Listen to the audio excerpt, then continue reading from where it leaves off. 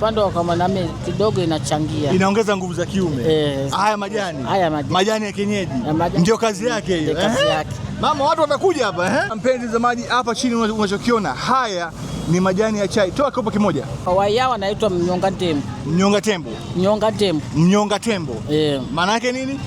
Yaani majani haya, yaani huo mti huu tembo alipoenda msituni waliangusha miti yote, huu hapa aliushinda. Tembo alishinda kuangusha huu mti. Kila akiangusha unaamka. Unaamka. Kila akiangusha unaamka. Kila akiangusha unaamka. Ndio maana ukaitwa mnyonga tembo.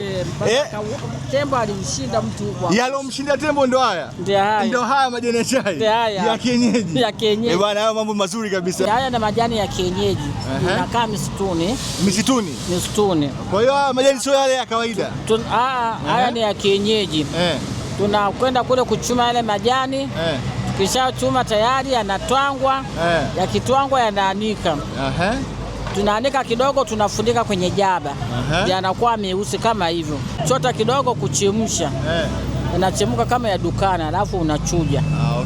Ukishachuja unapokunywa pale mwilini, kitu cha kwanza inaongeza maji, damu. Kitu cha pili inaongeza BP inashusha. 4 yani pale unapotembea, hata mwanamke hata mwanamume, yani unakuwa na nguvu. Unakuwa na nguvu fulani. Unakuwa na nguvu pale unapotembea. Ni mazuri sana ukipika. Unachota kwa mfano kama hivi. Yanatoa rangi.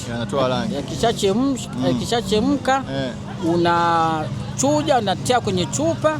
Chukua sukari yako, unakoroga, unakunywa. Sasa uamuzi wako, ukitaka maziwa tia, ukitaka tangawizi tia, ukitaka kitu chochote kile tia. Yaani yazidi kunukia wakati wa kunukia. Na unauzaje sasa haya?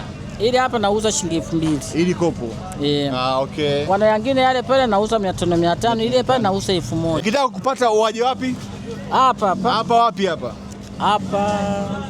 Hapa Getini. Getini, soko kuu. Songea. Hapa duka la Mama Kapinga. Duka la Mama Kapinga ndio unakupata wewe.